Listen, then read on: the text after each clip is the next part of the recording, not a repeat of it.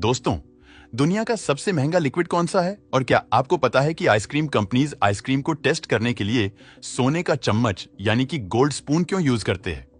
इसके पीछे का असली राज क्या है? आइए देखते हैं।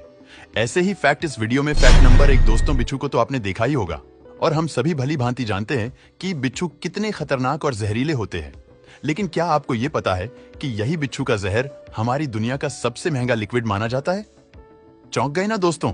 लेटेस्ट डेटा के अनुसार बिच्छू के 3.7 लीटर जहर की कीमत लगभग $39 मिलियन है, जो कि लगभग 2 अरब 96 करोड़ होता है। क्योंकि साइंटिस्ट लैब में इस जहर के मेडिकल बेनिफिट खोजते हैं। रिसर्च में यह पाया गया कि बिच्छू का जहर ब्रेन ट्यूमर को ट्रीट करने के लिए यूज किया जा सकता है। बिच्छू के जहर में क्लोरोटॉक्सी होता है, जो कैंसर सेल से निकलने वाली सिग्नल को ब्लॉक करता है और कैंसर सेल्स की ग्रोथ भी रोकता है। इसके अलावा बॉडी में ट्यूमर ढूंढने के लिए भी इस जहर का इस्तेमाल किया जाता है। लेकिन बिच्छू से जहर निकालना इतना भी आसान नहीं होता है। दोस्तों, 1 गैलन बिच्छू का जहर निकालने के लिए लगभग 3 मिलियन तक बिच्छू की जरूरत पड़ेगी, क्योंकि एक बिच्छू एक टाइम पर लगभग सिर्फ 2 मिलीग्राम जहर बाहर निकालता है। और दोस्तों, सभी बिच्छुओं का जहर महंगा नहीं होता है। डेथ स्टॉकर प्रजाति के बिच्छू का जहर सबसे महंगा माना जाता है।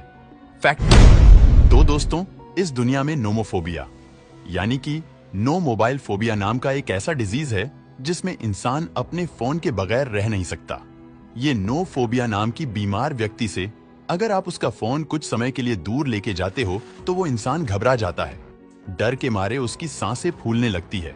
घबराहट इतनी बढ़ सकती है कि उसे सांस लेने में भी तकलीफ हो सकती है। लेकिन ऐसा होता क्यों है? ये सवाल जरूर आपके मन में होगा दोस्तों। अगर आप डेली कई घंटे कई दिनों से अपना फोन इस्तेमाल कर रहे हो तो ऐसे कंडीशन में हमारा ब्रेन फोन से इतना एडिक्टेड हो जाता है कि वो हमारे फोन को जीने के लिए एक जरूरी चीज समझ लेता है, जो कि असल में जरूरी नहीं होती है। और फिर मोबाइल आपसे दूर होता है तो एंजाइटी या फिर बेचैनी महसूस होने लगती है। इस डिजीज को टीनेजर में ज्यादा पाया गया है। एक रिसर्च के हिसाब से 77% टीनेजर्स को बेचैनी होती है जब उनका मोबाइल उनके पास नहीं होता है। और दोस्तों, आप भी डेली बेसिस पे घंटों मोबाइल का इस्तेमाल कर रहे हो तो आप भी जाने अनजाने में इस बीमारी की तरफ बढ़ रहे हो। Fact number 3। दोस्तों, आइसक्रीम खाना किसे पसंद नहीं है? हम सभी को आइसक्रीम अच्छी लगती है। लेकिन आप ये बात जानकर चौंक जाएंगे कि इस दुनिया में एक ऐसा भी जॉब है जिसमें आपको आइसक्रीम टेस्ट करने के पैसे मिलते हैं। अब आप सोच रहे होंगे, यार ये तो बहुत बढ़िया जॉब है। ऑलमोस्ट हर आइसक्रीम कंपनी उनके आइसक्रीम की टेस्ट प्रोफेशनल आइसक्रीम टेस्टर से कराते हैं। लेकिन असल में चौंका देने वाली बात यह है कि आइसक्रीम टेस्ट करने के लिए गोल्ड प्लेटेड स्पून का इस्तेमाल किया जाता है। आप कहेंगे, आइसक्रीम टेस्ट करने के लिए गोल्ड प्लेटेड स्पून की क्या जरूरत है? तो दोस्तों, ये इसलिए इस्तेमाल किया जाता है क्योंकि अदर मेटल्स या फिर प्लास्टिक के ऊपर कुछ पार्ट रह जाता है और वो आइसक्रीम के टेस्ट को कुछ हद तक बदल देती है। और ये बात तो आपने भी नोटिस की होगी, जब आप आइसक्रीम लकड़ी की चम्मच से खा रहे हो तो कुछ अलग टेस्ट आती है और स्टील के चम्मच से खाने से कुछ अलग टेस्ट आती है। और इसी की वजह से आइसक्रीम की ओरिजिनल टेस्ट आइसक्रीम टेस्टर को पता नहीं चल सकती। इसलिए दुनिया के जाने माने आइसक्रीम कंपनीज के ice cream tester gold plated spoon का इस्तेमाल करते हैं। Fact number 4।